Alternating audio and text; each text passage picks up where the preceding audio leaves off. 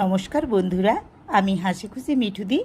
আজকে শিক্ষক দিবস, তো সকালবেলা থেকে হোয়াটসঅ্যাপে অনেক মেসেজ আনাগোনা করছে। তো আমিও ভাবলাম আজকের দিনে বন্ধুদের জন্য একটা ভিডিও বানাই। তো দেখো, প্রথমেই আমি আমার মাকে প্রণাম জানালাম, তারপরেই জানালাম আমার বাবা প্রথম শিক্ষক হিসেবে। তারপরে দেখো, এই যে আমার বড়দা, আমার গানের শিক্ষক হিসেবে দাদাকেও আমি প্রণাম জানালাম।